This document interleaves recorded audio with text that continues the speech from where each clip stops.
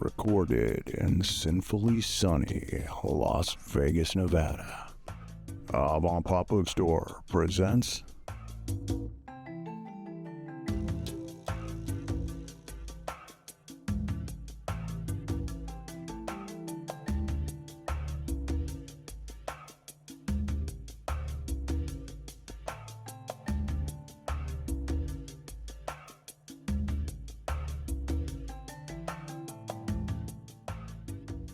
Joining us on this episode of Avantpop Bookstore Presents is artist Attaboy. Attaboy is an artist and a writer and a performer. He is also the co-founder of Hi-Fructose Magazine. Join us now, Attaboy. Normal like this. Actually, that's over before? Years ago. Was it for like cartoons or commercials? Toys, cartoons, and things, weird things. I'll just kind of more games. I did a lot of games. Lumpy like that, you know. I was in a band, you know, master of none. I might as well be from L.A. You know, you go to a party in L.A. and everybody, and you go, yeah, I'm working on this rodeo. I do that. Everybody does anything that's an opportunity. Yeah. I do candy. like what, right? Yeah, anything. It's just yeah. Like any angle. I play guitar. I always tell people like, do I know you from something? Are you anything? Yeah. Like, well, do you watch a lot of gay porn? And that usually ends the conversation. Yeah, okay. That's a good LA one. Anymore. Like, yeah. Exactly. Except for that one time. Well, now I'm not getting paid. Yeah. Well, yeah. Can you where did Attaboy come from? Oh, that. Do you get that asked a lot? I mean, yeah. No, a lot of people think I say Adam instead of Adam, and I just go with it. So I'm Adam Boy, like some bad knockoff manga. Yeah. I wish I could see that. I was working at Milton Bradley at the time. I think that was when it. No, actually, it was before that. It was I was doing poetry at a New Yorker Poetry Cafe in New York. And it was all spoken word poetry things. And I went up there and I started doing some stuff and I did poorly. But this woman named Bonnie Joy came up to me and she patted me on the back and said, "Attaboy, that was great." And I said to myself, next time I will be a compliment. So no matter how bad I do, I will be a compliment. And let's be like, that was Attaboy, you know. So it's always like, you know, that was good job. Yeah. You know, so I think that's what happened. I think it's brilliant. Well, thanks. Well, it's okay until I'm 60 or 70, and they're calling me boy. Yeah, and they pat me on the back and call me boy. And I got a walker, or I got a, you know, that it's. In hindsight, I wish I would have done something else. But, Atta guy. It's so Atta's. The thing is with Atta is it makes people feel less stupid.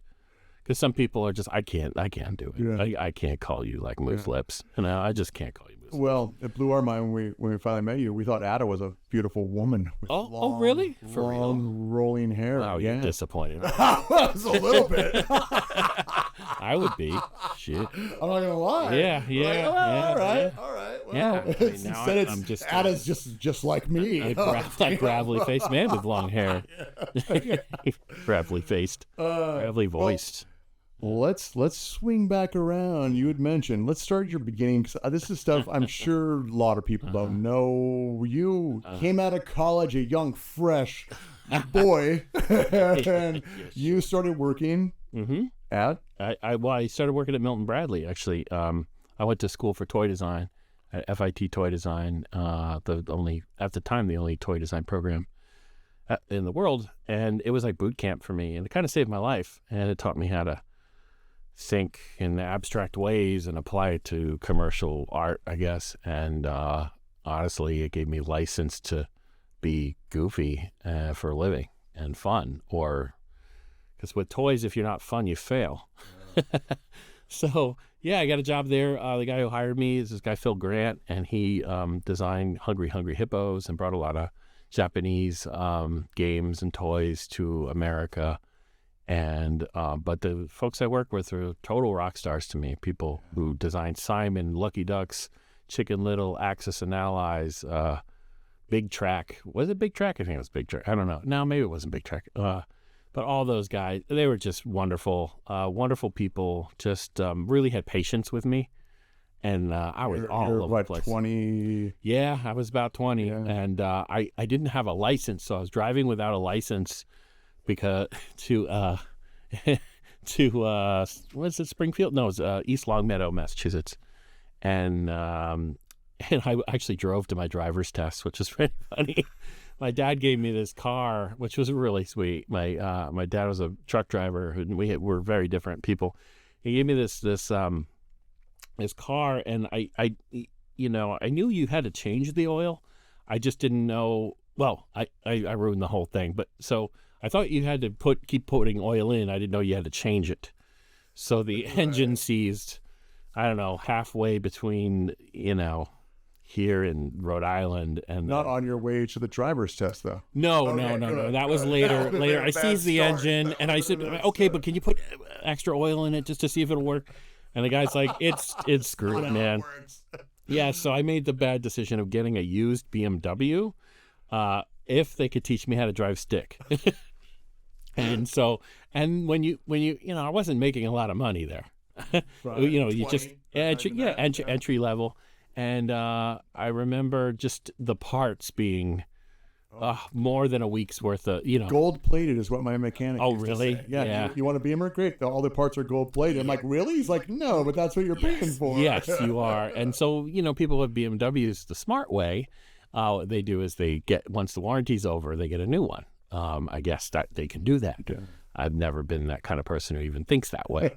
So anyways, that was a whole nother adventure. But yeah, no, these people at Milton Bradley were phenomenal. I learned more in 2 years than any other. They were the most professional, interesting, caring people. And we all wore ties to work to, test out Play-Doh and Candyland. So we're testing out Candyland, wearing ties. All excited like kids wearing like... Well, I was that. I was certainly that person because the factory is not far away. It was the next building over, and you get to see the piles of Monopoly money. You get to see them make the actual toys. And when did Milton Bradley start? Oh, way back with Abraham Lincoln days. So he owned rights to Abraham Lincoln's photo. And then I think old Abe, he grew a beard or something, changed his hairstyle, got some sort of a pompadour. I don't know. So he didn't, that nobody wanted the photo. So then old Milton Bradley, he made these things called learning aids or something like that. And I forgot, I always forget the name of it was something like the perilous virtues of, add old timey words plus life. And then later, this guy, Reuben Klamer, if I'm correct, brought it back as the game of life. So the game of life is a version of Milton Bradley's earlier thing, and that's it was all about virtues, and that's kind of Monopoly's story. If Monopoly has a similar kind of story, but nefarious origins of ripping off people. Ripping off people, ripping off communists, and so it was. Eventually, at one point, I think they were at the Smith & Wesson plant or something like that, but then they moved to East Longmeadow. But these people were fantastic. Phil was fantastic. Phil was, so he drove a Porsche. He was a senior VP, drove a Porsche. He had he shot guns, loved Japanese culture, and he had a koi pond, Eames chairs, and I found out later, had an alter ego where he played the mandolin as a guy named Azer Dayton. Yeah. And I used to do performance poetry, and then he showed up at one of my gigs or something like that once, or I had a talk or something, and this dude showed up with a Clockwork Orange hat on, one of those derby hats. I forgot what was on his t-shirt, at big old like boot stomping moonstopper boots. And I did not expect him to be there, and he just gave me this look. And here I was thinking I was like this genius about toys, talking to people, and I was like 1 year in, and here I am, waxing poetic with whatever, and he's in the audience and just taking it all in, just smiling. And I'm glad I didn't see him during my talk. And then when I saw him, he comes up to me, and I'm like, oh. But what a wonderful, they're all just wonderful people. They're just, I miss them. I miss all of them. I that's such a great story. I mean, I love all your stories, but the fact that the Milton Bradley was so family oriented, your start, and that takes us to High Fructose, because that was what your catalog of toys. Originally, so well, not really. That's what your wife was saying. This is like, got to change it because it was just I think the art toys thing started happening, and originally we were the High Fructose Toy Exploitation Magazine. That was our little headline up top. We still don't know the terms. We didn't go to school for publishing, so we don't know the indicia page. We call things subheads. We call things. We don't know really, but we just know it works. I think, or it worked for us. I don't know what things work. There's so many things that we learned, even just last week, about auditing and also weird circulation things. We just learned 18 years in.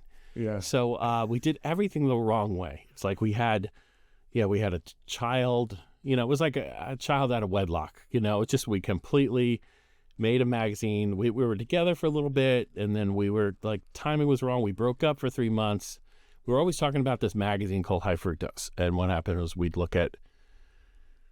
to the magazine store, and we'd be before we go to movies, and then we'd go to Barnes and Noble, Borders, and then we'd just leave like pissed off because the art there was so about it was so exclusive or insular, or it was like we weren't cool enough, or we weren't. It was all art gallery magazines at the time. Basically, if you had an art magazine, it was a gallery that was high end, which was a lot of abstract, a lot of blue chip stuff. Art form, art in America, but there was also Giant Robot, which we always liked the covers of, but then we weren't.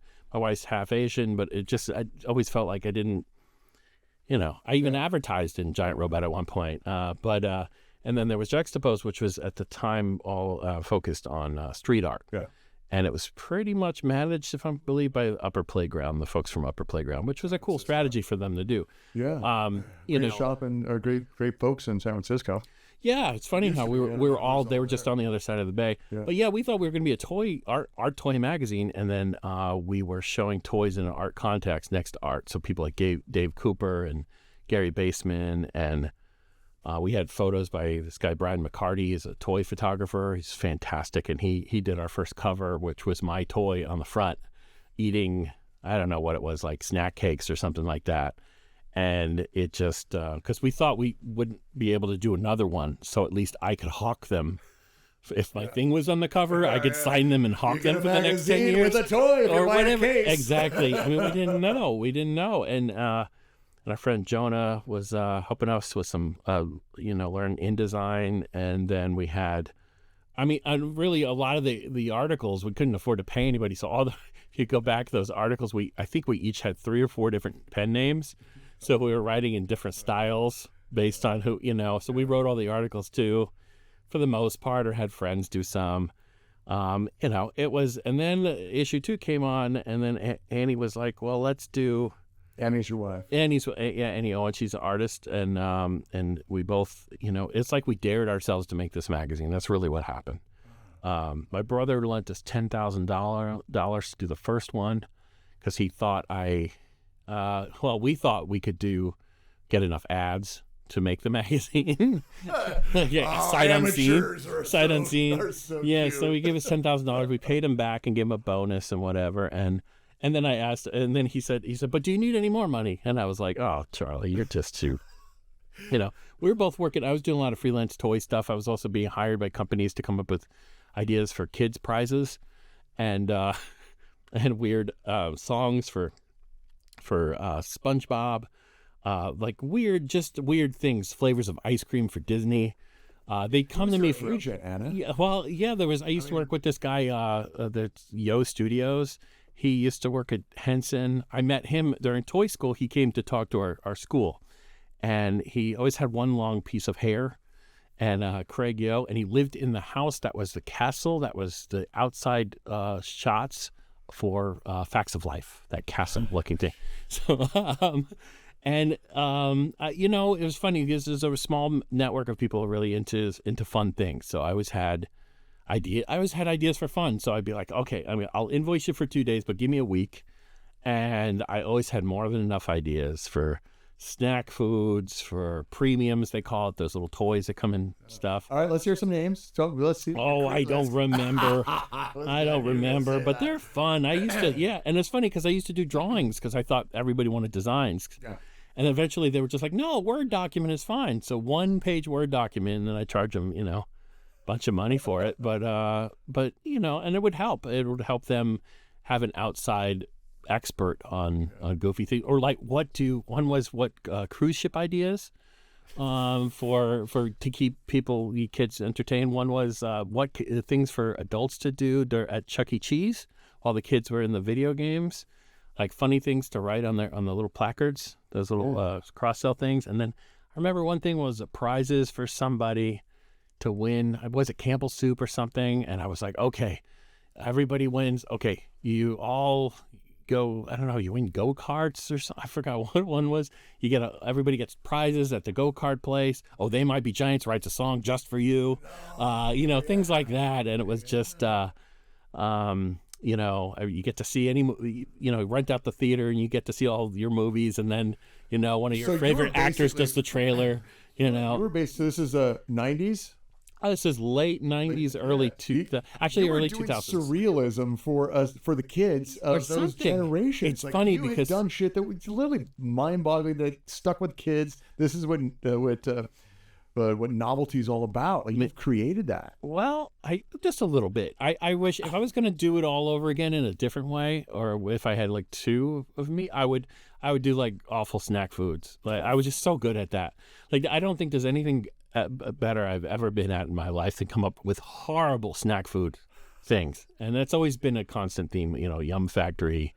I was Yum Factory, Annie was Ouch Club. Yeah. And then when we formed Hi-Fructose as a joke, we put down Ouch Factory Yum Club as our Indicia page or whatever. And then when we first went to Barnes & Noble and got our first check in the mail for $20,000, because nobody would buy them. Yeah. Especially because they kept putting us in the cooking section because it says high fructose. That's my favorite. I love that. So they gave us the check in it, and we were like, we're not returning this check, so we're going to go make it an official business. Because she was still working at the lab, the Berkeley Labs, doing grant administrative stuff, even though she, before that, worked at Lucasfilm with people and she had a film degree, but she's doing, a lot of like, just kind of admin work. As you do. She had a daughter, so she wanted to, until her daughter was 18, she wanted to make sure she could provide. So, and then I was just doing whatever it was I was doing. I don't know what the hell job that was. But then I was also doing art. So I was doing, so I left the toy company stuff 2000 and I started doing freelance, some toy invention.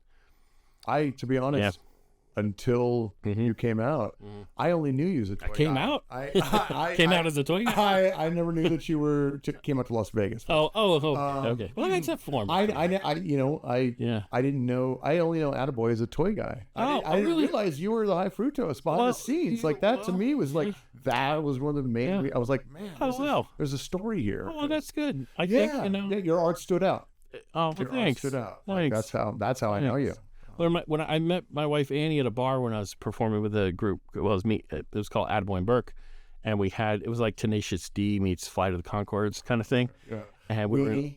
What? Weenie, kind of weenie. No, actually not weenie. No, more. I don't know, more kind of counterculture. Gluey Brothers, okay. Oh, Gluey Brothers. Oh yeah, let's pull them out. Did they do that Scrapple song? Gluey Brothers? I think so. King Hummus and MC. Okay. Shout out to the Gluey Brothers. Gluey Brothers pretty close, but actually that's kind of what it turned into a little bit. Actually, when I think, we did a song called 1,000 Robots, which was actually for you want a deep weird trivia? Yeah. Okay. So it's in a scene in a Seth Meyers, John Cho movie when they're in a car listening to a radio, and then it's the final credits of a scene called See This Movie. So if you want something really obscure, you could go see that. So we did like an EP and the one song, 1,000 Robots, which was like tribute to Voltron, because we were like formed Voltron before we. But a lot of the things we did shows in junkyards and rock quarries and Burke in between shows. we would do stuff on the BART transit system. But so this was not before 9/11. So we would just kind of train on the BART and just, because every stop was 4 minutes or something. So we would do, drive by, really kind of fun. He was more like a preacher. He's more like a preacher type, and I was more like Uncle Fester kind of thing. And do weird shit and hanging off of each other off the poles and stuff. And then we'd be gone. That was the thing. And then we would do something, and we had little portable microphones, and then we'd be gone, and we'd have like little jumpsuits on, and we'd poof. And but then with the band, when you add a band, it's funny. All the in between songs were a lot less. All the in between songs there was some lulls there for the first time, because originally the band was a joke. We had them hiding under cardboard boxes for half the show, and then we did shows at theaters and fringe festivals, and then we would reveal them off that. We'd pull the boxes up, and they were sitting there the whole time. And then we would do a surreal medicine show, we called it. And then so we had. We'd go up to Seattle with our friend Daniel Browning Smith, the Rubber Boy, and Eric, not Eric, David Capurro, the Yo-Yo King. He was on the Jim Rose Circus show. Yeah, I was going to say. Yeah. So if you've seen him, and he got they did him wrong on that show, actually, pretty bad. But and just that those kind of counterculture kind of Ace Junkyard was kind of the epicenter, I think, of a lot of that stuff, where we would do shows on actual Cadillacs. Broken down Cadillacs and stuff with fire pits, and things were kind of dangerous. You were ground level on the alternative movement of the 90s. You from art to music to, you can late 90s maybe a little bit. But well, thank you. You could say it. I've been kind of watching all of it, and I had no idea it was you. Save the receipt for later. But I'll take the gift, but have a gift receipt, because I don't know about that. But we did a lot of these things with these people. Laughing Squid was a network. Yeah. And Scott Beale was a friend, and the Cacophony Society. Yes. All good Bay Area. Billboard Liberation Front. That literally was setting the pace. The only thing missing is Bob. That was a generation before. But, no. I did a Devival. Okay. I did a Devival. No, I picked up Stang. I drove him from L.A., so I went down there to, I think they did Hollywood Squares, but with some Genius stuff. And me and Rubber Boy did an act down in L.A. And I think I picked Stang up for the airport. I don't know what it was. Yeah. And then I drove him in a little Beetle with, I think, was Yo-Yo King there, or is it Malta Malcontent? I don't know. But all these people. There was Rubber Boy was in the back, like by the wheel well of the car, like calling his agent about Men in Black 2 or something, and being like, "No, they need to pay me more." So because they would put little balls on him and stuff, and he would do all the moves, and then they would animate him or something. So, but yeah, it was funny. Rubber Boy and I didn't get along initially because it was like two pugs in the same room or two clowns at the same party. Yeah. It's just the same energy level. Wow. That can happen. But we actually did. I think he bought me some sodas, and I think that was his peace offering, and then we became friends. But he was pretty great, and I think he's in Portland now. But yeah, then we were just kind of like this weird, messed up Justice League of people, and we'd go to different towns and do different things. But yeah, we did a Stang thing, and our friend Mongoloid from Cookie Mongoloid. I don't know if you ever see that. It's like heavy metal Sesame Street stuff before Mac Sabbath.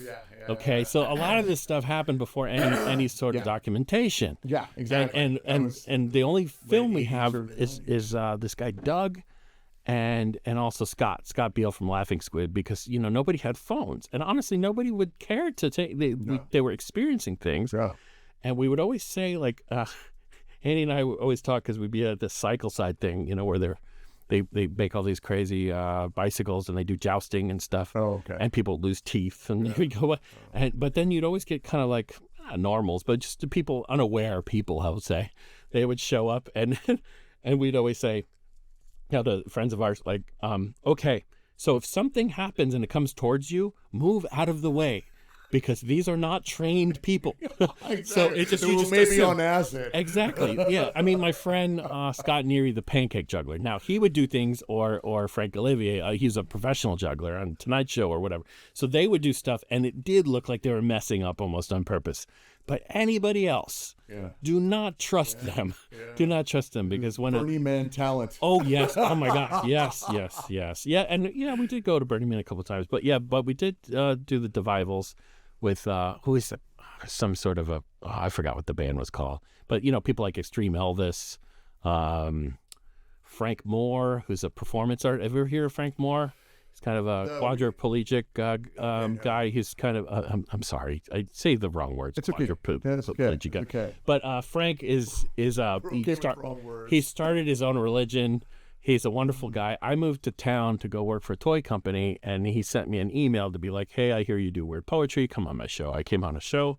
I go there, and I see this man in a wheelchair, and he has a stick attached to his head, and he's using a talking board, he called it, to spell out words to me. And I said to his family and his help and his real family people, I said, how did he send me an email? And they said, well, each key at a time. I went, oh my God. So I was interviewed by this guy who I didn't know. I just went over to his house. It was colored rainbow. I figured I'm not going to, Hopefully there were short questions. Exactly. For him. Exactly. I tend to find myself in these weird situations. I'm in some sort of an abandoned mall in Vegas with people I do not know, fueled up on donuts. I have no idea how I'm going to get home. Yeah. But I'm here. We promised you nothing. Exactly. I've been promised nothing. I'm in a booth that used to have glitter and pasties and G-strings on it, It's called a probably. confessional. It's a confessional. I have no idea. Yeah, my wife is still here, so you're safe. Yeah, they all have different names that are stranger than mine, folks. Stranger than mine. So if you're hearing, just know where I am.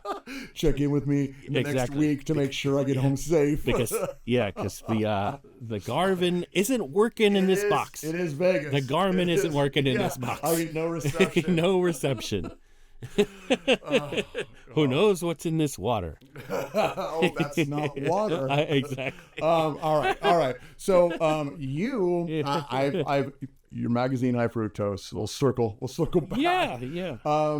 Has been a massive influence on the 90s, the aughts, and currently where we are. You've given voice. Clapping, I told you I didn't.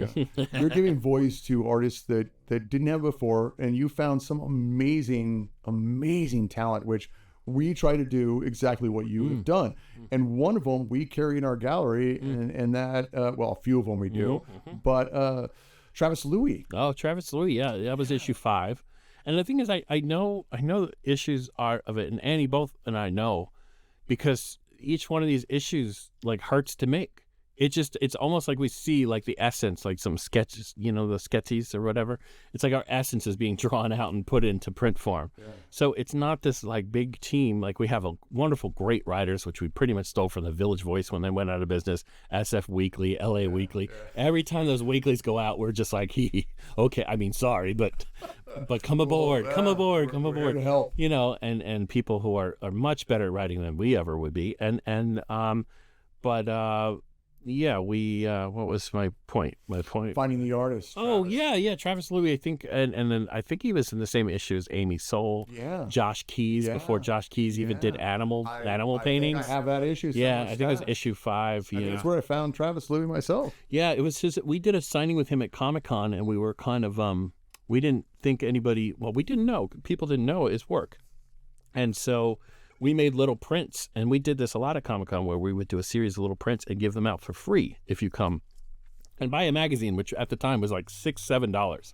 And you come and get it, and you get this wonderful print signed by Travis. And if you ever seen his signature, yes, beautiful. And he didn't know. He didn't know how. It was his first signature kind of thing. And I mean, the dude knows how to sign things, and is just elegant. Yeah. So Travis.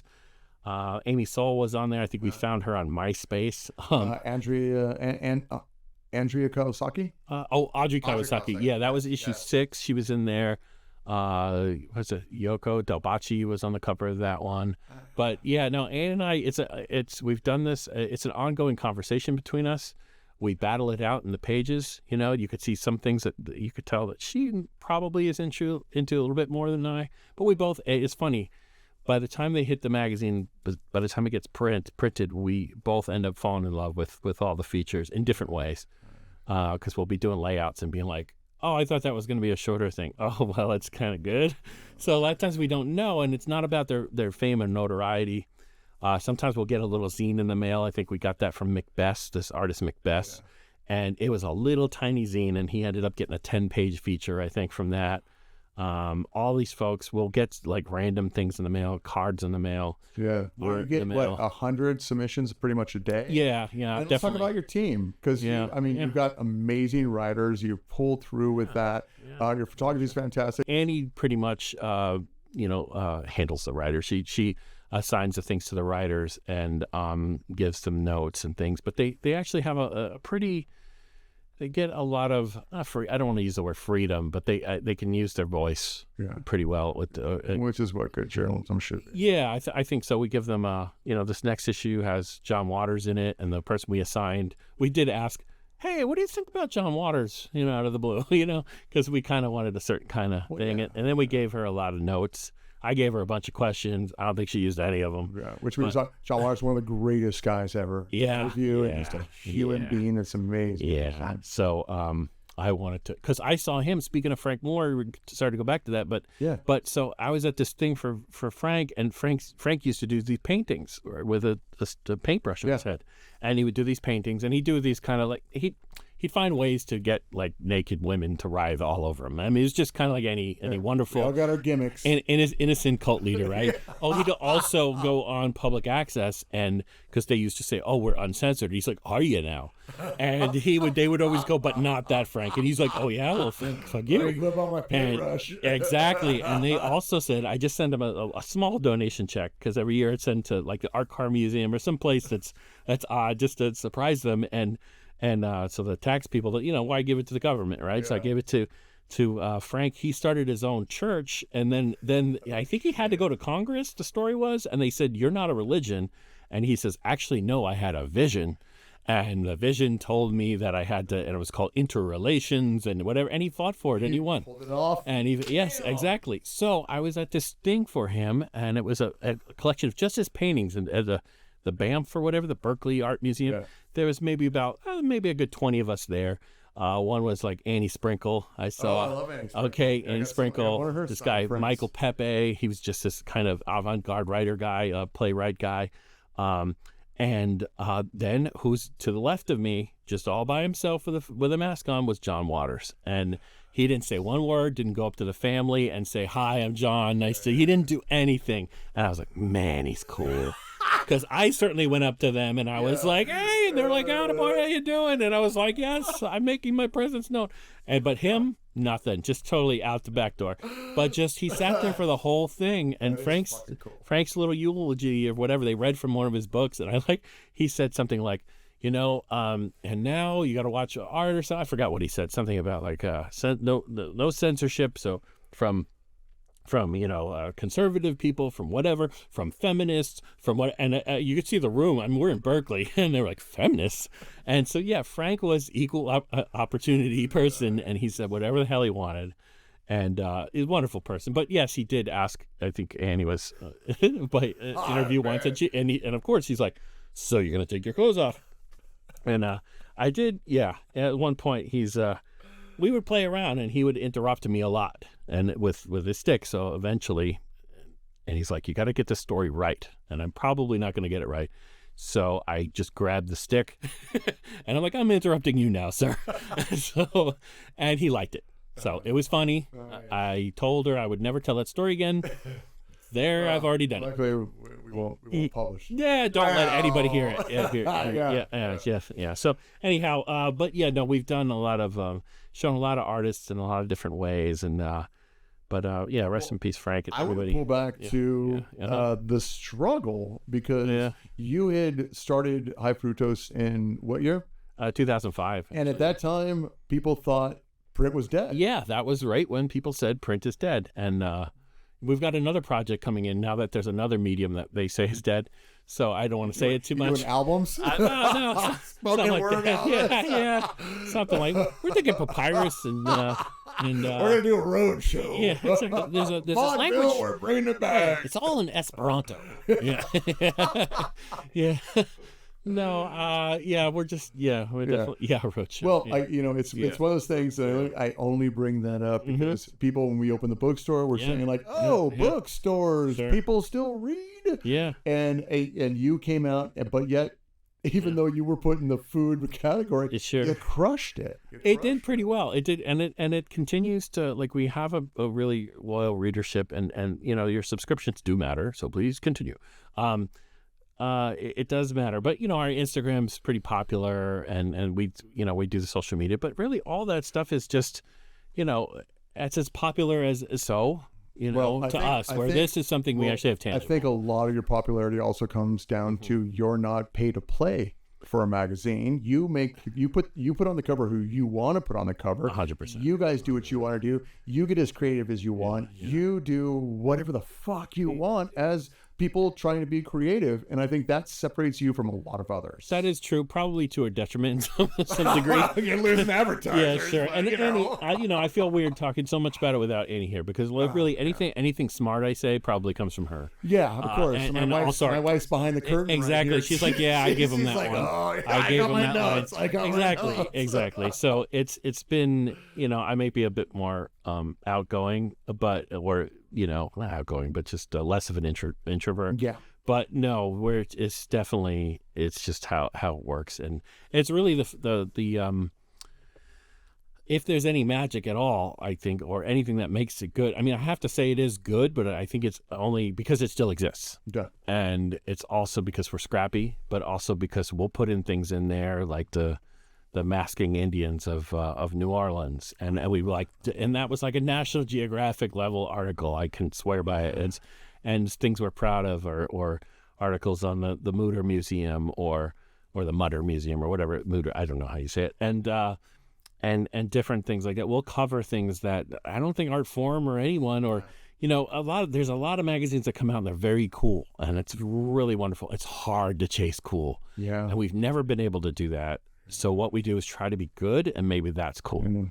It's hard enough being cool. That's really hard. And you know what? And more power to them to go do that, because that's hard to get those. I don't think many of us succeeded like you have. Well, that's somehow. I think so. Outside of Juxtapose, which I want to talk about that story too, but how many others? There's Bizarre, I think. Oh, Bizarre, and that's no longer around. No, Bizarre, out of England. No, they're cool. They're a cool magazine. They're super cool. But pretty much the way their format was, that English format was actually pre-internet.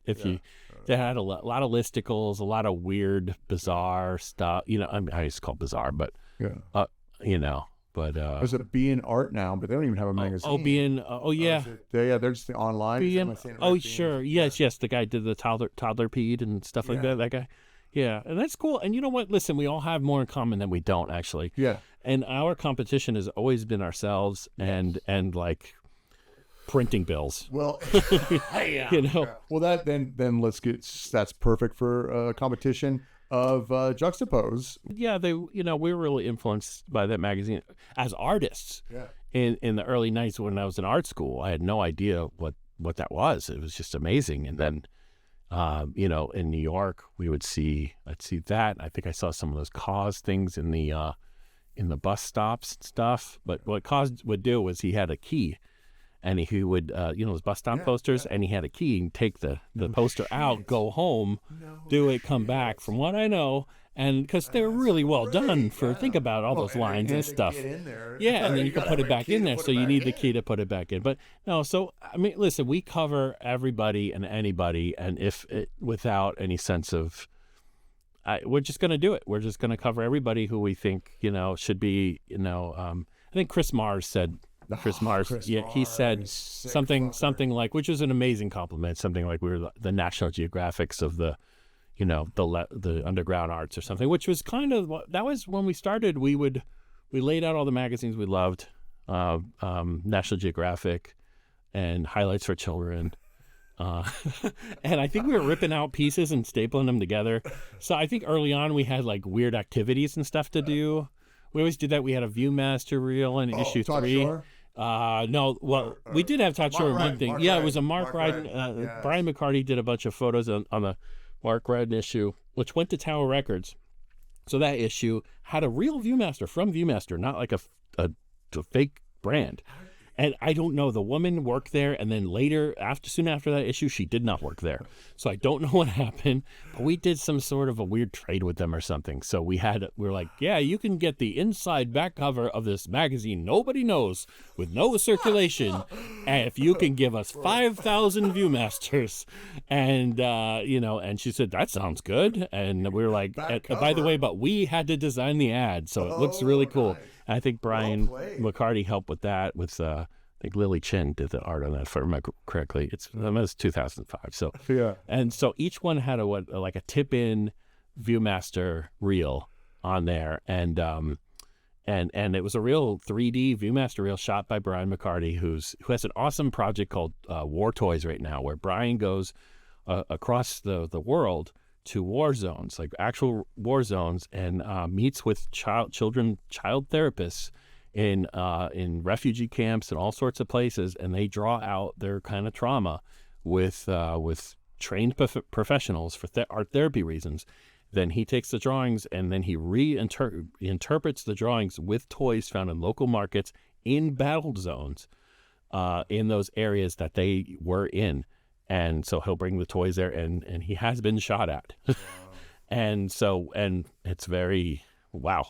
Yeah. And so he does that across the world. And so, Brian's fantastic. And he started doing every issue at one point he was doing toy photography for us until our focus was changing. And we were just like, I think we need to, I think we were determined, and he understood that. But his stuff is really, we're so not proud of him, but we're so impressed by him, I'll say, by he puts so much of it himself into this project, and it says a lot, So he does stuff, Palestinians, Israelis, all over the place, all these different all these war zones. Yeah, and it's real, and he's really sensitive to it. He does it the right way. So, are you still designing and making toys? I'm not. No. Well, I'm always doing something. I'm doing some animation projects that I can't talk about. Okay, that's fine. Which, Did you ever get hassled about plastics? Oh, I never did. But that's probably a reason I don't do a lot of that stuff so much. I mean, I would always rationalize by saying, make great toys, and nobody's gonna. Yeah. But really, the toy industry is a fashion industry. I went to Fashion Institute of Technology, which means fashion. Fashion for exactly, 15 years. And fashion means they're seasonal. Nobody needs fashion. It's seasonal. Nobody needs seasonal. toys. Well, the byproduct I will say, well, they do need clothes. It does fill. And they do need toys, because without toys, I know. But toys, I think they serve an important bringing happiness to people, whether it's scotch, heroin, toys, or whatever. As long as I'm not hurting anybody, I am happy for it. Sure. I am happy for it. No, but it's just one of those, 100%. They are doing some things they should do a lot more. I feel, I don't know how I would do that. I'm doing a project right now called the Upcycled Garden, but on that vein, which is why I came to Vegas to pick it up. Yeah. So part of it. And then I'm bringing that to San Francisco. And that's all. Some of that was made with magazine boxes. If you flip over these sculptures, you'll see these kind of abstract botanical shapes. And underneath, you'll see things that look like, that are from COVID tests, from gluten-free pizzas and waffles. It's like a history of our consumption underneath these sculptures that kind of look pretty. Sculptures look like succulents. Yeah, they kind of do look like succulents, actually. Beautiful. Yeah, California, when I came out here from the East Coast, I was like, where am I? I'm in Teletubbies land, because it was October or something, or it was starting to get green. Everything was starting to get green, and I did not know it was green in the winter on the West Coast. If you were on the East Coast and you don't know that, beaches out here on the West Coast. Yeah, a lot of beaches in Vegas. Right next to the sand dunes. Yeah, and the surf shop. There is a surf shop in Vegas. Oh, we got them. Yeah, and then that's touring to. I'm plugging my thing. That's touring to St. Louis. So it's St. Louis. So the idea is we're going to take their cardboard. I did that at Meow Wolf here at Omega Mart. So those kind of fake packages they do, packages. So they had those left over. So some of these sculptures, we had a workshop and all of these people came, and Amy Soul came, who was great, but if you flip them over, they're Omega Mart packages. That was kind of the messed up ones. Upcycled. Yeah, exactly. So. Now, so that'll go to St. Louis at the City Museum. Nice. And they're beautiful. If you're in St. Louis, I highly suggest you. And you'll know the City Museum. Really place is dangerous. Lovely pieces. They're wonderful and amazing. Now, Ada, was there anybody that during the 18 years of Hi-Fructose that you missed who passed and you were hoping to get in? It's funny. We got Sid Mead in before, Sid Mead? Yeah, so we got him a couple of years before he passed. Mm-hmm. And then I found a reason to go and hang out with him. Well, hang out at his house for a good part of a day, where I was doing a, quote, follow-up. I had a meeting that was scheduled at Nickelodeon that got canceled, and I was pissed because I was ready to, and I was like, oh, no, got to turn into a positive. So I messaged his partner over there, and I ended up, bringing cookies to Sid Mead, and always bring cookies, by the way, or something. Because with Sid, it was great because we had something to talk about, and then we just, I was going through his files and he was showing me his pen drawings, and he was showing me the way I paint those sculptures. A lot of it was actually, I took kind of a break making paintings and things. I did a lot of shows, but then after Sid showed me how to kind of paint in a certain way with lines, I don't know. Between him and Annie, I think that's kind of where I really got comfortable with a brush. And he was showing me how to breathe and stuff. And that was, what a weird story. That's great. Yeah, I got some weird stories. You fucking got a lot of weird stories. I one about Kurt Vonnegut, too. Did you hear the Kurt Vonnegut one? Motherfucker. Oh, my God. This is, so everybody who's listening right now, Ada and I were hanging out. He did not come to this podcast. He's in town to pick up his art. And he came to see Office of Collecting and Design, Jessica Oryx's shop right next to the bookstore. And Jessica's in Africa. We were lucky enough to have the keys to let Ada in, and we got him. And the minute we started talking, stories were flowing. And my goodness, I was like, Ada, you gotta, if you're around this weekend, let's get you on the podcast, because we could have literally talked that whole afternoon. Yeah, for sure. So this store is amazing, folks. You come see it, and this, every city, all you need is one person and then they'll give you the keys to the other city or the other town, and they'll let you know, okay, go here. It's a subculture. Yeah, go here. Go to the Office of Collecting. Go to Avant Books. Go to the Punk Rock Museum. Go to there's a lot of different places, and every place has their little thing, and I don't know. I love that. If you can get tapped into any city and find that stuff, small or large. But all right, fuck you. Let's hear about Kurt Cobain then. Kurt Cobain? No, I didn't say Kurt. I said Kurt Vonnegut. Oh, yeah, even better. You're not Kurt Cobain. I don't know. Hi-Fructose is was he still alive? No, he wasn't. No, he was long gone. Yeah. My brain is okay. You don't want to hear Kurt Vonnegut? No, that's fine. Hey, I'm a bookstore. Of course, I want to hear Kurt Vonnegut. Do you have any Kurt Vonnegut in that? I got a whole section. of Kurt Vonnegut. Okay. How come there's no Kurt on the wall? Hey, Sal. Because I can't afford prints of Kurt Vonnegut signed. I've looked into it. Kurt Vonnegut and Dr. Seuss are two artists. I want his sculptures. Seuss. The headpieces that he does. Well, we have some in our living room. Come visit. Yeah. Now they're not the prototypes, but we always certainly. None of us can. What do we have? 1, 2, 3. We have 3, 4, at least 5. Yeah, sure. Yeah, our friend Long Gone John has them in his kitchen and his bathroom, because Long Gone is the big. You know Long Gone? No. Okay, Long Gone is ran sympathy for the record industry. Okay. He kind of first to sign the White Stripes. Yeah.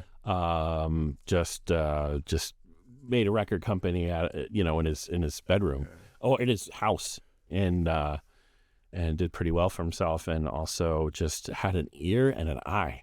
So he was one of the first to collect Todd Shore and Mark Ryden and Coop and San Francisco. When I think it's Dr. Seuss's head, Jeremy Fish. Oh, Jeremy. Yeah. His stuff is fantastic. Yeah. But Seuss was in issue 8. We had him in there, and I think his widow really liked it. Really liked the article we did on him. Did I write that? I may have. I may have had to. But it was the secret art of Dr. Seuss. No, actually, I think I probably wrote it. I don't think it was as big as back then. We did a lot of shorter articles. I think it was just, this is the thing is most magazines have real defined sections. Yeah. And that's also why, well, that's a secret, but a lot of times they can't fill those sections, or it's a really good feature, but they have to make it short. Or force it. Yeah, well, or sometimes, so we have different length articles, but if something's good, it's good, and we just make it longer. Yeah. But if somebody comes in and they have a lot of notoriety, but things are kind of redundant after a certain point, well, guess what? Now it's 2 pages or 4 pages, and that's just how we operate. That's it. There's no filler, and that's the thing is we don't want to waste paper, or waste people's time or money or own, and so it is curated. It's finally curated in that way, and it has to. Do a great job. We did we had actually Bob on the back of one of the issues. I think it was it 52? Yeah, it was 52. Yeah, so that London Police on the front. We just had Bob's head on the back, and it was the guys who were doing the documentary. And I remember, I think they were like, "Hey, can you put your URL on there?" And we're like, "No, has to be just his head." Yeah, and because it has to be mysterious. Yeah, one of the best back covers that we did. 2 other covers that I think of that are worth mentioning. One was Ron English. We did a Marlboro back cover that said "Breathe." I'm sorry, I take this back. So, folks, we're going backwards. Okay, so it's not a Marlboro back cover. It appears to be a Marlboro logo, but it is not a Marlboro cover. Okay, so it was kind of, but it said "Breathe."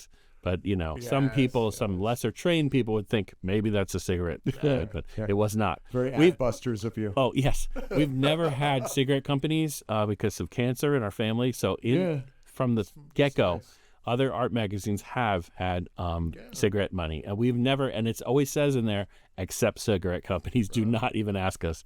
At this point, I don't think they would care.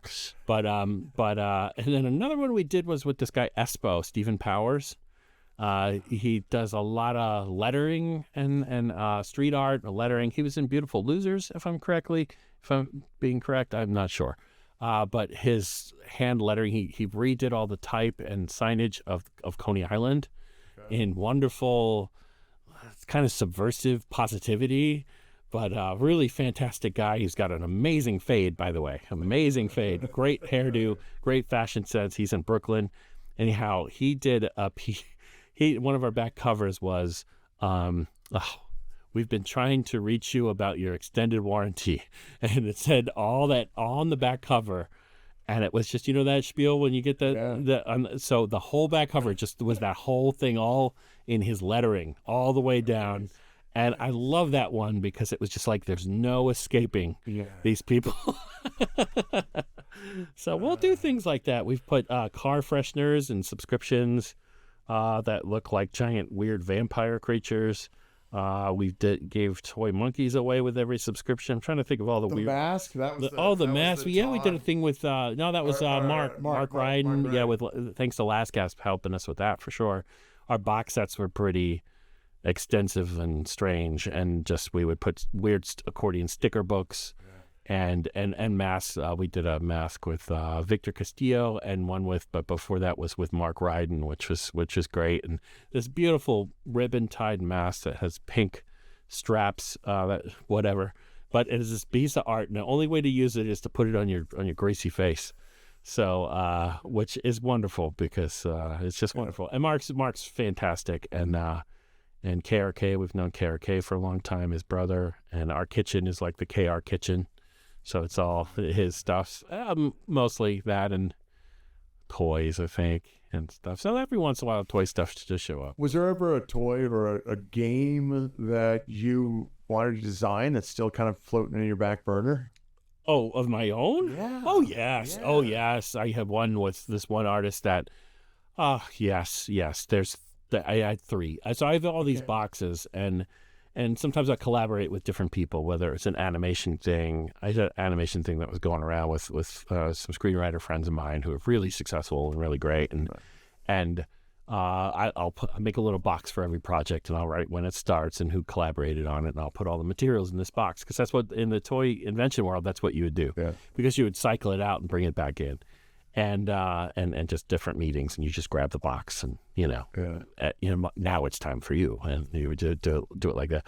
Yeah, there's one I did a game with. I actually produced a game, which was invented by my friend Jim Dubois.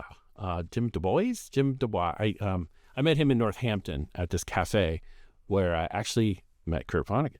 I was going to circle back around. Yeah, but and Jim was a game designer, and I was working at Milton Bradley. Jim would design. He almost has like these Tupperware parties for game things, and he'll hand make games, and have these almost like people do with book releases, right? These little book parties. Yeah. So he does that with games, with little components in little boxes, and. So he was throwing one thing where he's throwing cards against a wall or something, and I was like, "That's fucking cool. Let's do something like that." So we made a game called Vampires versus Unicorns, and we actually have art by Travis Lampy and Travis Louis. So two Travises versus each other, and Travis is on the front, and the thing is, it's a beautiful game, and the art is amazing, but it's a throwing card game. So you're throwing the art at tiles of other art, and it's the game strategy people kind of hate it, and then the art people are like, I'm throwing the art, like they don't feel good. But I love that because it's ridiculous. The harder you try with this game, the worse you do. So it's kind of great that way. But cool. But so they're still available. I think we have a whole case of a couple pallets of them. Maybe available at Avantpop Bookstore here soon. Oh, sure. Yeah, how many cases you want? We did that one on Kickstarter, actually, and it did really well and everything. But, yeah, it does confuse people, but I like it, and it's good if people had... It's like Cornhole meets, I don't know, Battleship meets... I don't know.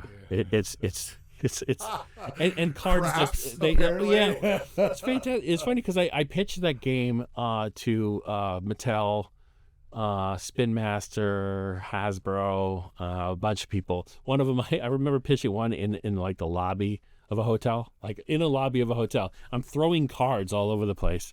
Oh, it was fantastic. I have a lot of those kind of weird stories like that, just getting into trouble. Yeah, well, I mean, and I want to point out to everybody, as a surrealist artist and someone with an eye for surrealism in art and talent, you've never touched substance, alcohol, or drugs in your life, if I'm correct, right? No, I did have communion once, but they told me that was the blood of somebody, an invisible person. So I had the blood of an invisible person. So I'm more of a vampire. You were disappointed it turned out to be. I guess so. I honestly, it may have just been so damn watered down, but I don't. But that was it. Yeah, no, I met my wife at a bar when I was in a fuzzy orange suit, but so I have nothing against that stuff. In fact, I think I would be a lot happier if I did have something to calm me down some. Yeah. But yeah, I a couple of years ago, I started a thing called Game of Shrooms. Ever hear that? It plays here in Vegas. We got artists that work with you. Okay, so I made that thing. That was brilliant. And people always come up, hey man, you want a package? What is your mushrooms? Yeah. And I'm just like, no, I don't do that. And they're like, what? Yeah. What? Are you kidding me? And they'll tell me, and I say yes, and I'll say, but everything is important. Nothing matters. We were all one, and we were all nothing. You we're all fucking together. blew their mind. All they're psychedelic. Because they all have a common theme, which is we're all interconnected. You tapped in. Yeah, I mean it is sad. Who needs drugs? You just need Attaboy's blood. Yeah. Well, yeah. Well, I mean, Dali said, "I am drugs." Right? Yeah. So that's. I just have Frank Zappa said he never did drugs either, but sometimes it's persona at that time. Yeah, you're a literal straight I have edge. It's funny. I didn't know about straight edge until it was until way late, and I was like, it's a thing, because I used to, before I did poetry thing, I used to put the word "why" on my hand, and people thought it was a comment on straight, but to me it was like, why am I doing this? And because that's how my brain works. And like the toy I made was called the Asterix, which was because she had nubs to me like the Asterix, and she was the things for being left unsaid because you could change her mouths to make them do different things. And so they were like, because I saw Spirited Away, and I thought that Miyazaki stuff, it was almost like just weird. I wanted to create something so strange that we could send it back to Japan and confuse them like they confuse us. So I wanted a deity of like all these deities of punctuation marks. So I wanted question, but all spelled wrong. And over the years, kind of like the Greek gods and the Roman gods, they're all kind of morphed and changed. And the more we use their punctuation marks, the more power they grow. And so every time we use an asterisk on a contract or some sort of thing that it kind of grows in power, Yeah. And and they all kind of like, so I had another one called the pound, and I wanted them to weigh a pound, and I wanted it to be sold in pounds and British pounds, and then, his nickname was LB. And so it was just like, I like when things are so literal that they become abstract. I've always loved that. And I love wordplay and comedians who do things like that, but I just like to do it with language in a way. I used to have an old poem. It was like Asian, aging, again, Asian. And it was just like, and it's just, I love that kind of stuff. And that's kind of, I don't know. That's where my head goes. Tomorrow, we have a 2-day poetry event. Oh, yeah. Today we just closed out. Tomorrow we had somebody who had to unfortunately drop out for health issues. So let's. Unfortunately, you're leaving. I'll be I driving. know, but damn, we would love to get you on your. Sir, I haven't done that stuff so long. Nobody cares. And I look at it's it. poetry. Most people don't even like poetry. The fact that you were doing performance poetry. No. We used to say no one likes poetry. It's just the only people who go to poetry readings are other poetries waiting to read. That's exactly. that's all it is. Or their friends and family waiting to talk to them outside. We used to say, and the people they have sex with. That was the other thing. And the people they have sex with. I hope they're in the poem. Yeah, that is it. Or they're like, why are you talking about your ex-girlfriend? Yeah. I mean, and that's pretty much all I did was I for some reason, when you're 20 or 21, you feel like nobody's had heartbreak the way I've had heartbreak because it's the first time. And the thing is, it's usually not even a real heartbreak. It's just a heartbreak, but you think it's the heartbreak, but you don't know what's in store. Yeah. Oh, no. You have no idea that heartbreak is actually a lot complicated than that. It's a series of disappointments and oh, my God. Oh, yes. And then when people die, it's when you're younger, it's like, oh, they died, they're gone. And then later, it's like, oh, they died, I'm going to die. And it starts. And then resentment and regret and all the wonderful stuff comes into play. When you're younger and you've got all that stuff and you're young, dumb, and everything, then you're thinking differently. Yeah. And it was almost like I was with my id. Like the poems, I look at them now and I go, oh boy. And I was like, man, you just needed to just give it a rest for a second, like give it a moment. But it was pure in that way. It was almost a character. It was a way to channel. And also be free to be that kind of, because I would just jump.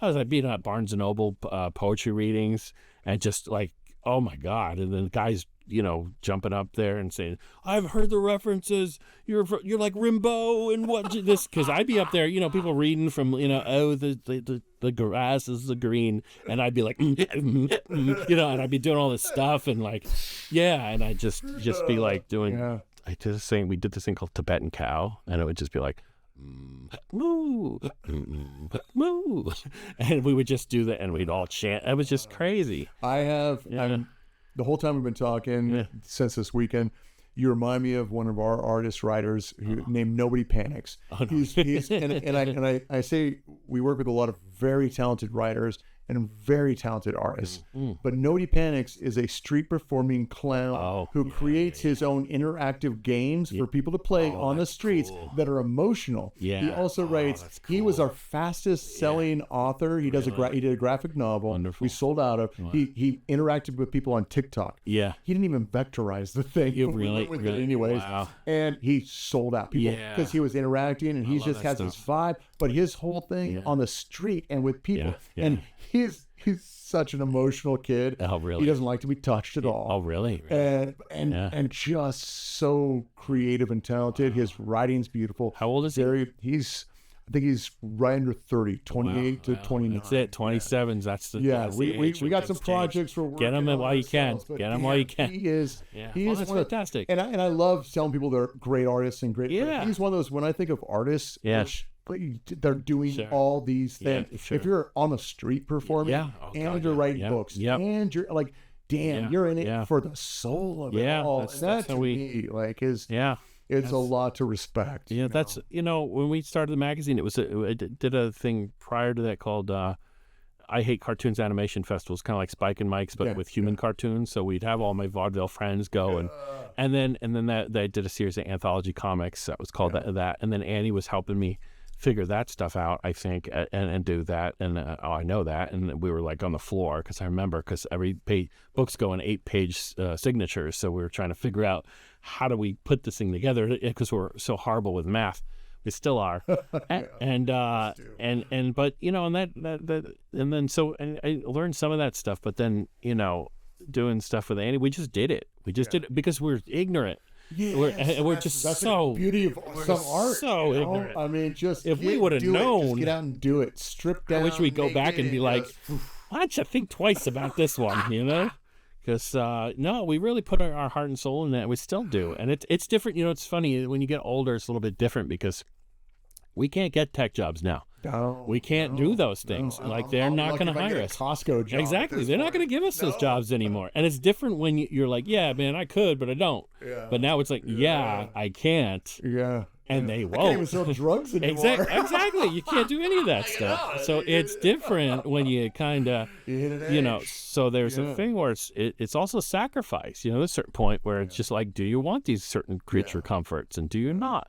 So I don't know. So, that's just how we operate. And you live a simple life. And we do. As artists, it's kind of what you have to do. And as I think as activist artists, it's good to have a simple life, because otherwise you get caught up in the consumerism of it all. And the soul-sucking fame that is meaningless. Yeah. It's funny because we like really strange things, but our lives are really, really kind of boring. They're kind of disappointing to people because we're very we just do our thing, and we like things because we don't take risks in our own lives. We don't have risky behaviors. Right. And he goes out in the woods a lot and goes hike. You eat a lot of sugar. And I eat a lot of sugar, which I should eat a lot, which I'm eating a lot less, by the way. Right. But I don't eat sugar alone. So that's the difference. That's the mark of an addict. That's somebody who's got it under control. Exactly. You got it under control. So that means I have to have like public appearances so that I can bring take donuts. Donations, folks. Emphasis on the dough. I don't take cocaine, donuts. but candy. Donations. On the other hand. Oh yeah. Oh, I used to I go from the store to the gig when I was doing different things, and whatever gig it was, a gallery opening, whatever, and really 3/4 to 5/8 of that Mentos package would be gone. I'd be chain eating, chain popping Mentos, Skittles, gummies, and then washing it down with usually Mexican Coke, because it comes from a bottle, which the sugar is better. Yeah. So it's in my heavy drug days, I would have been doing drugs, telling you as I'm drinking beer, that sugar's gonna fucking kill you. Sure. Yeah. And when my doctor said, "Hey, you're pre-diabetic," my wife was like, and she was like, "Shit, no shit." But check his pockets. Exactly. Check his pockets. It's true. No, I'm not. No, I'm not. Well, my tongue is naturally. I gotta go to the bathroom. Yeah, my tongue is naturally red, like bright red, like Kool-Aid red. Yeah. But my tongue is normally blue. That's better. Yeah, no, I have a blue tongue. Yeah. You know those sores you get in your mouth from eating too much candy? Yeah. I know those. I know those sores. Yeah, that's not herpes. They're much like the sores you get from eating too much ecstasy. Yeah. Oh, really? Yeah, I don't know that. Yeah, that's what I would imagine. I would imagine. Yeah, but when they were like, "You're pre-diabetic," my wife's like, "Oh, this is easy." I was like, "What, really?" And she goes, "Yes, you drink nothing but sweetened iced tea all day." She says, "All you got to do is just have 2."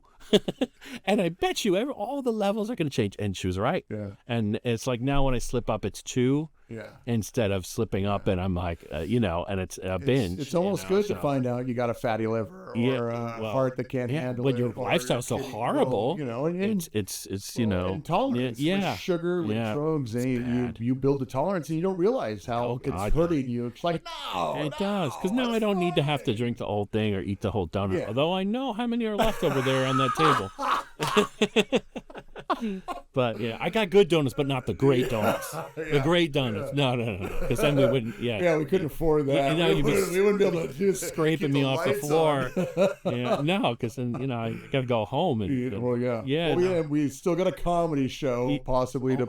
I know, that's right. That's right. But what a day already. I mean, Vegas is pretty awesome when you stuck in a confessional. When you tap into the vein of awesomeness. There's some amazing stuff here. There's a counterculture offside the strip. Sure. And we always tell people, leave the strip. It's there to steal your soul and your money. It does a really good job. They're professionals. Oh, God, they are. $6 bottles of water. And look at this. This is like freaking somebody's retirement. You know what? I'm lining it up for you here. I was going to throw some Kit Kats out, but I didn't want to send you on a bender tonight. You got to leave in the morning. Dude, I'm only into the imported Japanese stuff. So, I mean, I don't waste my time with the freaking domestic it's gotta be Kit Kats. Pharmaceutical or I'm out. No, I want the green tea. I want the wasabi. I want the mango. I want the what is it? The milk tea flavor. Now we're good. We're good. Geez. No. How many books have you written? Because right now we've got the Book of Hugs. Book of Hugs. Which is new, which we got to get this in the store. That's funny. It's cute. Oh, did you look through it? Yeah, it's ridiculous. So I did that because one of my hard drives died, and I was like, fuck computers. So Annie went and got me some pens from Target, and I just started drawing them. And the reason why they're in that square format is because back then Facebook was only in square format. So everything became a hug thing. And then Last Gasp published that. And Last Gasp, they published Zap Comics and a bunch of things like that.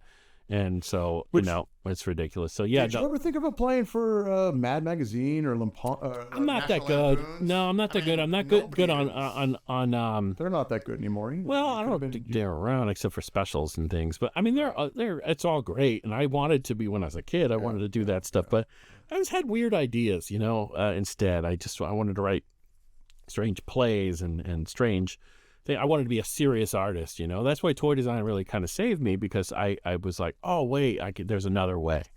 And it's funny because even the fine art stuff I do now, I still think like a toy designer. I always do. And I love to collaborate with people. I think the best stuff I've ever done is probably with other people. Game of Shrooms happened that way, but Book of Hugs is ridiculous. I did a kid's book too, and I did a short for Disney, and then that kind of led to a kid's book thing.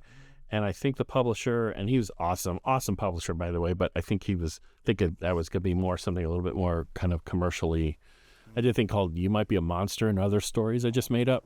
It was called, and but it was like, we actually. Oh, you had that? We sold that one. Oh, you did? Okay, there was one. I got it used. You got it used. I did. I got it. I think. Did you flip the cover inside out? Did you flip the cover inside out? So the cover. Okay. So it's open. Every kid's book idea I had is in that book. Like at the time, so it was so many ideas, too many.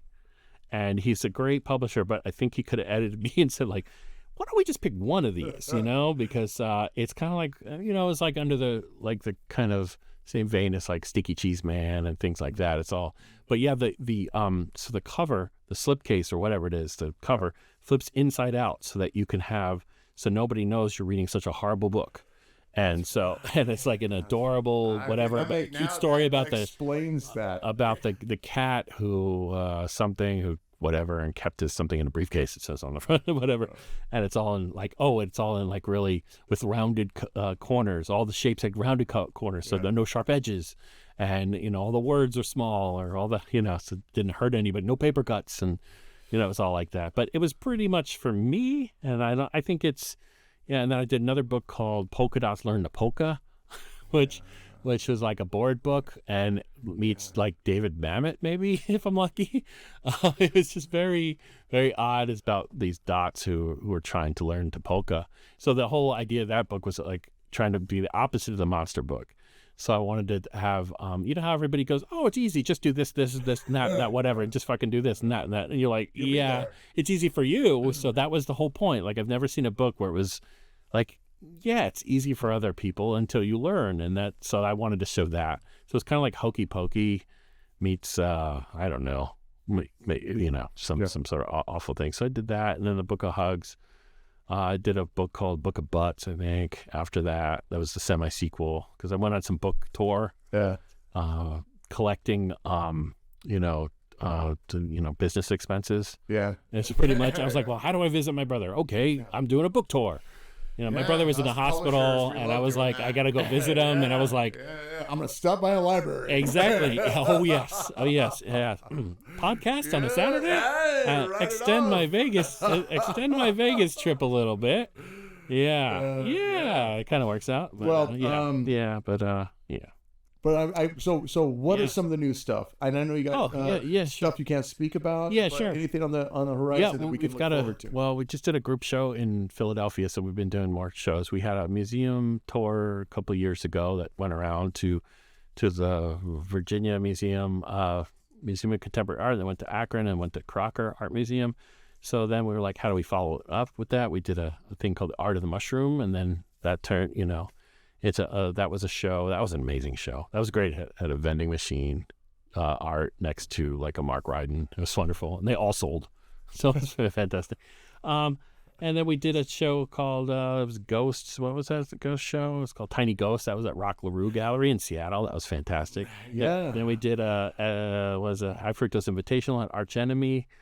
I'm trying to think we have another one in California. We haven't announced it yet. This one's going to be a little bit different. It's going to be a little bit different. The emphasis is going to be a little bit different here.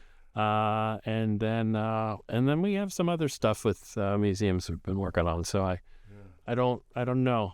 Your Tiny Ghost show, by the way. Oh, it influenced our daughter. Oh, really?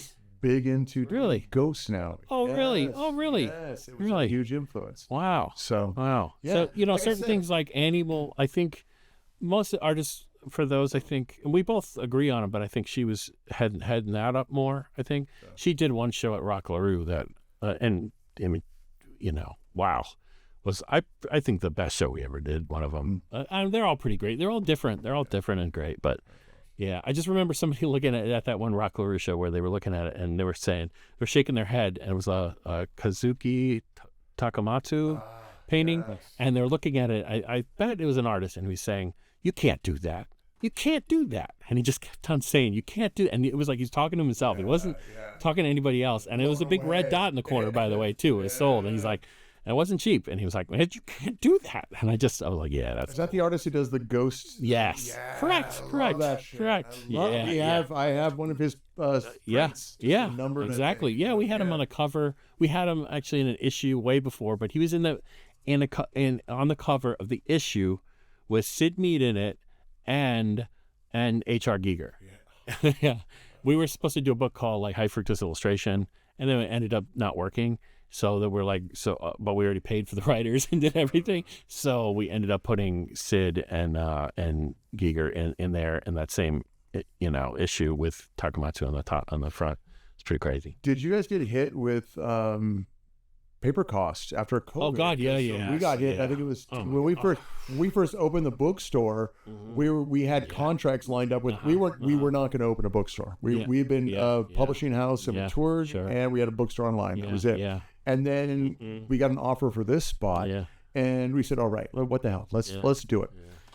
We love it. We get to meet with people. We get interaction. It's not just online, but we had contracts with photographers, writers, artists to do books with them. And then we're like, okay, what was it, 2020? 2021. And then we went to our paper people, and they're like, we can't get that paper. And if you want this paper, you got 10 days at this price, and this paper's 3 times, 5 times the amount. You sign quotes, but then the quotes can change. So why are you signing these quotes? Yeah. They're Sorry, like, we can't. Yeah. Oh yeah. No. Our paper cost doubled. So our cover price had to go up. We also had a problem with a distributor who happened to throw away a bunch of that was headed to a lot of stores during COVID, the lockdown, and threw away a bunch of our magazines without calling us. We have subsequently broken up with that publisher. I mean, not publisher, that distributor. just because and we don't work with people who, and then that was the first time we had to get a lawyer to write a mean letter. Yeah. Like in almost 20 years we had, and we were like, we need a mean letter. Did you compensate? Hardly. I mean, not what it's worth. And honestly, the stress behind it was awful. And all they had to do was call us. And all the other distributors, by the way, they held them. They go, you know what? This is weird. Why don't we hold these until the stores open up again? But these guys, they were just like, where's the stuff? And they had some weird marketing term. They were like, decommissioned or something. We're like, decommissioned? You mean you threw them away? So yeah, it was a fresh issue too. It sucked. Yeah, that was tough. Yeah, it was really tough. Killed a lot of magazines. Yeah, and then what happened? I wrote for something. It's funny because it wasn't the demand of readers. Like that's what everybody's gonna think. And just honestly, streaming was like that too, in a lot of ways. Well, Netflix did. I mean, Blockbuster had streaming, but then they got owned by a hedge fund or something like that, who just kind of exactly. So. It's funny. Books are really expensive now. It's because of the paper, but it's not because of lack of readership. But then the costs go up, and then that might affect readership. But yeah. So we've always had really fine, awesome paper. So even from the beginning, in fact, when we started, a lot of magazines were stapled on the thing, and they also had they were totally and they had like type all over the front. Yeah. And we said, really fast, what happened was on the first issue, we misspelled an artist's name. And we're like, oh, shit, we can't do that ever again. And we're like, so our solution was never put an artist's name on the front ever again. Never mind, not until like 4 issues later did we actually get a great copy editor who we work with, this guy, Evan Rosa, who's just fantastic. He is patient zero, and he has read all of our stuffs, our books, more than anybody. And he reads it without looking at the art, so he doesn't know what the art looks like, and then he imagines it. And then, so we're doing a project with him coming up. Can't wait to spring that on people because he's awesome, and he's really smart too, and it really, really, really gets the magazine, obviously. But yeah, no, paper doubled in price, but we used to include a lot of stickers and things in our subscriptions, always had interesting things, and that's really harder to do now. Also labor costs. The card stock for masks, things like that. Yeah, and everything was packed out. So they're still packed out in these Regipack Stay Flat envelopes. So you know how magazines come with just stickers on them? We don't do that, and we've never done that. And it's considerable cost to do this, but we don't even know how to sell that to people. But when you get a magazine that's like in plastic or, with a thing on it or just some label on it, it's just like, that doesn't feel good. That means it's a circular. And it gets trashed pretty easy in distribution. And all the corners and stuff. So we hear somebody going, I just got your magazine, and it came in smashed, and I need a new one. Well, yeah. So we have really good, because we found the right envelopes, and they're expensive, and the labor, we have great people working from bands and artists and bands, in between tours and stuff.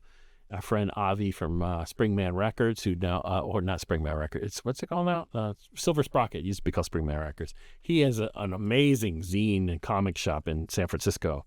And we knew him since he was like 15. Which it was called Silver Sprocket. We were just hanging out. Yeah. Okay, so we've known Avi since he was doing just stuff. Were hanging out with Avi when we were at the Howard Zinn Oh, Fest. You're kidding. You're kidding. Okay. So it was right across from us. Yeah. And he put out Payne's last record or something. Payne, this band. I have no idea. I freaking love Payne. And they're just amazing. They just did a 2-person performance in the store, but we've known him forever. And he put out one of my Gooberry plushes. Oh, talk about beautiful books and comics Silver Sprocket is amazing stuff. Yeah. I look up to I literally was like, man, that's so funny. This is classy, beautiful shit. Like I met him at glue bound and staple side, style stitched, and his shit's like you got the silver or the gold. Foil and stuff. Damn. Yeah, no, Avi's awesome. Yeah. I saw him last I saw him was one of the little punk rock shows that I go to now. I go to all these like little punk rock shows and they just, but no, he's awesome. So he actually handles our international. We send all the international folks to him too, and he's got a lot of back issues that other people don't have, and then we have them. But we had a European edition too, but I don't know what's going on with that. So it's it's interesting. It's a small world. Like we've known him for a long time, and he I think he was a fan of my art first, and then he wanted to put out this gooberry plush, which you pull the string on the plush and it makes weird kissing noises and stuff, and you can squeeze his ears. And I didn't know that gooberry was like another word for like pot stuff. Gooberries is like sticky pot stuff. I had no idea. Yeah, but it's kind of like a kawaii, like a I wanted like a Japanese character that had its skin pulled up, like wasn't ripe yet. So like it was growing on a fruit, but it hadn't been ripe yet. But it was picked before it was ripe. So it was pretty much the Cabbage Patch Preemie of Hello Kitty Land. You know, so its veins are still out there. Yeah. So its veins are kind of popping out, and there's so where the pull string is. I love this part. Is that where the pull string is? There's a little embroidered drop of blood. So it's just like, you know. So every time you pull it, it's just like hurts a little bit.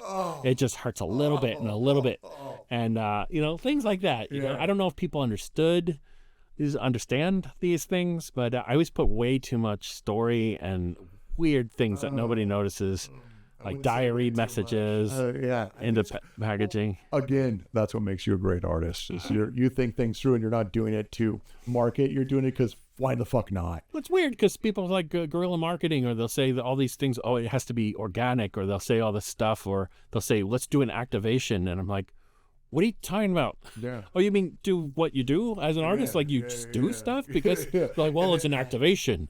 How much for an activation? I'm like, what are you talking about? You want to do a thing?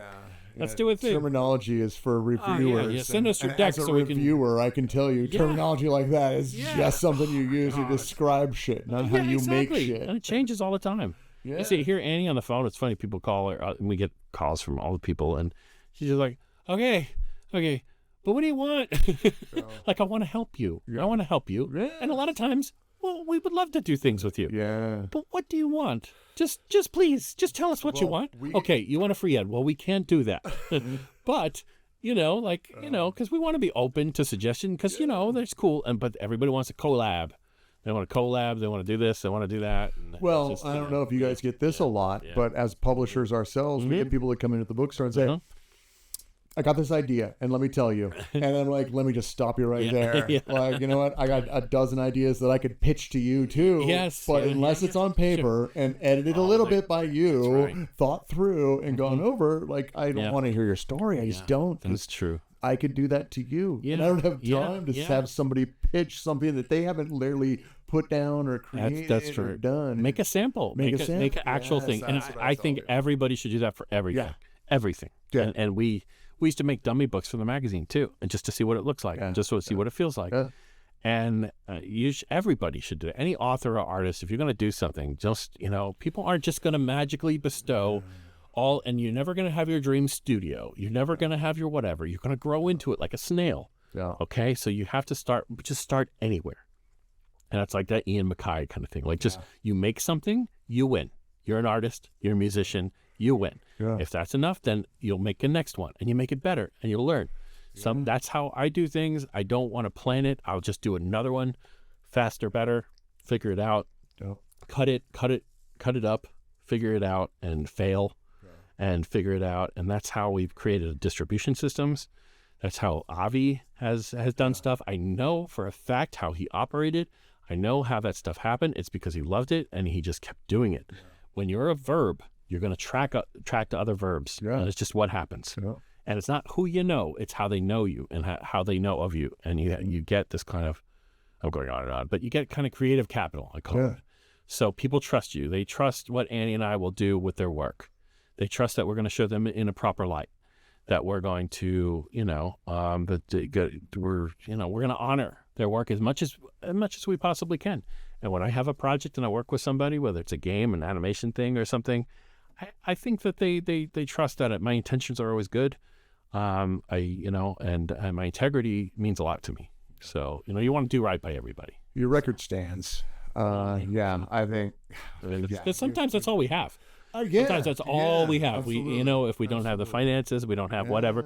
We have an idea, but we're like, the other thing is we don't waste people's things. So we'll use it in some way, or we will do something, and also it will do what we say we're going to do. And what did you say your sell-through was when you first started out next to Rolling Stones? Well, our sell We don't through have to call out our sell through was always very high, and the thing is, our business model has always been different. Most magazines like Rolling Stone or whatever, their sell throughs in like the 20%. So folks at home, that means 70% of their stuff, whatever, gets recycled. Yeah. Okay. Yeah. And that doesn't mean covers ripped decent off in the magazine world. Exactly, which means, in fact, distributors will say, "Can we get more?" So if you're above that, if you go to 30 or 40%, they'll say, "Hey, can we get more? Rip the Can we get more?" covers, toss Exactly, it, because they have get no it back. vested interest in that thing. Now, things have changed a lot with that, with distribution companies, but it's so our sell-through. I remember them calling and not believing their own numbers because it was so high. Now, we weren't making the tens, hundreds of thousands at that point. But then things were going up, and then we were making more, and we were making more, and we were doing things, and we had we're in Whole Foods, which is hilarious. High fructose at Whole Foods was just like that's like that as a ton. irony. Oh, you did? Yeah. And it was just like, this is hilarious, and it's because it's on Amazon. It's just like it's wow. That was really funny to be next to Tomato Magazine, and it's just like, do you know what you're buying here? But then we did well, and we did well there. So I don't think we're there now, but I don't for other reasons. It's but all those small stores, those really mean a lot to us, especially now. So and there's not a lot of them anymore. Well, the magazines, corner magazine shops, which is where I got most of my culture from, are kind of gone. Yeah, and our business model is actually selling magazines, so we make quality magazines and subscriptions and ads. And the ads come to us, and the advertisers, by the way, know what they're going to get, and they appreciate it. And it's not just filled with garbage and ads for I don't know, Fleshlight 7. More ads. Nothing wrong with Fleshlight, by the way, but it's not like the CBD Fleshlight. Oh version. Jesus, yes. Yeah. So it's not that, or just NFT, AI NFT Fleshlight. Just Chipotle. Just add all the words in there and just artisanal. Artisanal's not the word anymore. Activation. Handcrafted. Artisanal AI. Single sourced. Oh, this was a funny term. Yeah, we were talking about this the other day. Annie and I were going, "What does eating clean mean?" We're like, what? She was like, what is eating clean? I was like, I don't know. We had to look it up. So that means no preservative. Like, eating clean means everyone else is gross. Like, you're eating disgusting. Well, I'm sorry. I like to eat clean. Yeah. It's like clean. And can I get it from farm to table, please? Exactly. Yeah, no, I like mine was salmonella and a little, like, eating clean. So plastic packaged meals that are clean. Yeah. Just like, get out of here. I agree. I mean, the carbon footprint on this shit. One of the reasons why I was happy to leave the natural product industry, because it just got worse. I mean, really? All the small companies were getting bought up by the GM and all the big gross. Annie's favorite gluten, because she's really gluten intolerant, and a lot of those people, those places that she was buying food from, they get bought by other companies, and they keep the packaging the same, but they change, and then they're also processing wheat and the same things, and then and all of her gluten farm friends, they're all like, something happened to the mix. I got a bad cut. Exactly. It's like finding fentanyl in your cocaine. Exactly. You're like, whoa, this is not good. Exactly. And it's funny, people get really affected by it. And she's sneezing from me. Yeah. And like, oh boy, it's crazy. Well, we have a punk rock comedy show to possibly go to at the Punk Museum. But before we go, Ada, I know you're a music freak yourself. Any newbies you got? Newbies. I mean, what are you spinning these days? What do you found? I mean, nothing old school. We can talk about that another time, new. Which we got to bring it back. Okay. We can keep going on and on if we not something. I love this band Sarcasm. I love them too much. I'm starting to creep them out, I think. Really? Yeah. Sarcasm with a C-H-asm. Yeah, they started when they were 12 and 14 years old, and they just broke up after 10 years. And they're like at the ripe old age of 22 or 23. Yeah, they're amazing. Sarcasm. I freaking love those people and what they do. And they're just songs were great, because I was listening to a lot of these people during lockdown, and I had no idea how popular they were at all. And I had no idea that some of them were making coffee down the street. And the algorithm said, you must live next to these people. So there's a band called Grumpster. And they're great. HAJ, if you don't know them, they're like, folk punk or folk funk or anti-folk. We used to call it anti-folk. HAJ is awesome. This band, The Taxpayers, I was listening to all last week. Their song Cold Front, I was listening to that thing on freaking rotate over and over and over again. It's amazing. The video of them performing, the audience is doing this dance. I don't know if it's called the cold front dance, but they're like what you want in a show. They're all having the best time. It's genuine. It's like from the heart. It's like it's fantastic. They're awesome. This guy Eichlers is insane. If you listen to his, it's like ska, trip hop. What's it called? Hyper ska. It's called hyper ska. Eichlers is it's annoying. It's just when you want to listen to something really annoying, but to get you through the day, listen to Eichlers. But I mean annoying in the best possible way. So, and I watched him, I saw him at Gilman, and I was like dancing next to a 7-year-old, and we were watching this guy perform by himself on stage, jumping up and down. He was fantastic. So I love this band. There's a band called Thick in Brooklyn. They're awesome. All women, just killing it. Just really fantastic. Those are, I know I'm going to miss somebody, but those are my favorites at the. That's all new for me. Yeah. AJJ used to be called Andrew Jackson Jihad. Really one of the best shows I've ever seen. It's in my top. They're just the words, the lyrics, everything. Their song, their new album's called Disposable Everything. It's just, I think you really dig it. Nice. Really great. The song's about like us killing pandas. In a bad way, as if there's a good way. They have a song called Heart Elation. I couldn't stop listening to it. I made a painting called Heart Elation that was just based on that song. So I get in an addictive kind of thing where I will listen to one album to death. And I save it like liquor, and then I move on to the next one. Yeah. And then I just, and one more band. And I just saw they had their wash tub bass at the Punk Rock Museum, and you could play it. And it's a band called Days and Days. Yeah. You heard them? Yes. Days and Days, I missed 10 years because I know they've been around for a long time. And I saw that video of them up on that rooftop, and I heard that song Muddy Knees, and I went, whatever. And I sent them an Instagram message as I was listening to it, going, this is awesome, whatever. Then I get an Instagram message back from them, thank you so much. And the same happened years ago with the Moldy Peaches. I was listening to the Moldy Peaches CD and Kimya, and I was like, okay, I'm on track 3 now. And I just, like as if they care. And she was like, cool, I can't wait. And I was like, I picked your cover because it looked weird. I have no idea I bought it at Best Buy. And I just found Moldy Peaches. I'm like, that sounds fun. And so I love bands like that. And they're all really cool people. And so now I was on a mission. I'm down to, all I got is Days and Days now. And then I got the Taxpayers. I mentioned Taxpayers. Yeah. So those are last on my list of like 12 that I have to go see because I have to go see and buy stuff from them. Yeah. As a thank you for all the, really I sent a thing over to Sarcasm, got one of the guys from Sarcasm. I sent them my list from iTunes that says what I listen to. I was like, I should be ashamed, man. I'm so sorry. I'm like, I probably bought you guys a coffee, but it was just like that and the new Fishbone. The new Fishbone EP is like, it's kind of like, I always liked Fishbone and I loved Fishbone, the idea of Fishbone even more than the music. But this EP has, this EP is awesome. They have a song called Estranged Fruit. The lyrics are freaking great. Cubicle song Cubicle is great. It's Fat Mike put it out. They just took the old EP art. The old EP art with them jumping up in that weird little room. They just put tape on their faces and they redid the EP like that. And and I'm not saying that like I'll show you. It's not just because I met Angelo today. No. Well, I mean. Fishbone. Yeah, exactly. I mean, they were with the fuck racism shirts. Yeah. All the white suburban kids are wearing fuck racism tape heads. shirts. We talked about. Yes, that. Tape heads. I told Angela Angelo that today. I was like, that part of the movie was worn thin because we kept on going back. Like, what? They had cowboy hats on, playing. They were pretending they were ranch bone. They were called, and they were just.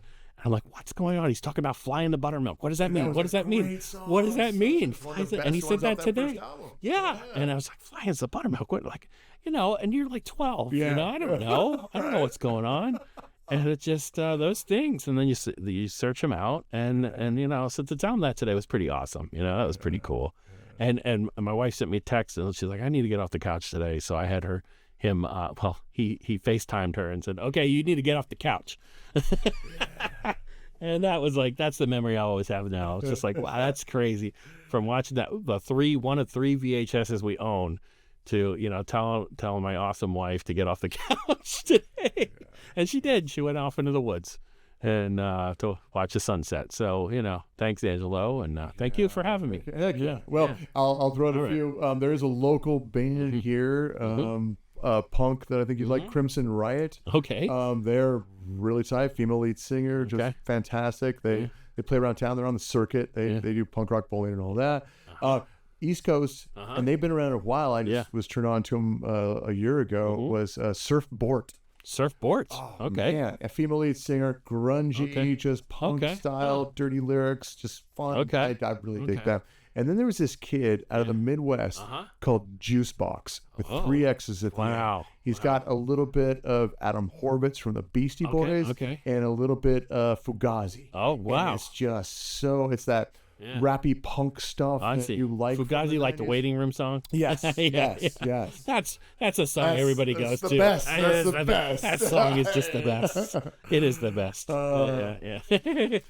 That's funny. It's funny when you're out of it and you listen to the same cool music for 10 years, and then you're out and you come back in. The world's different. Well, and there's some bands I've listened to for long. I'm a huge Victims Family fan, who now Ralph and a couple of the members are in Guantanamo Bay School of Medicine. Jello Biafra's new band. Okay. And so you're like, I still listen to these albums, and they're like, oh, now they're spaying off with other folks. I mean, I love everything Jello Biafra's done. Yeah. I'm not a fan of his voice. I love his lyrics. Really? I love his voice now, but he's one of those like Jay Massick. You're like, what? Yeah. What? Oh, yeah. It's a mumble rap, as Jay Massick does for alternative punk. Oh, that's funny. Dinosaur Jr. is just I did see them live, and I'm not that.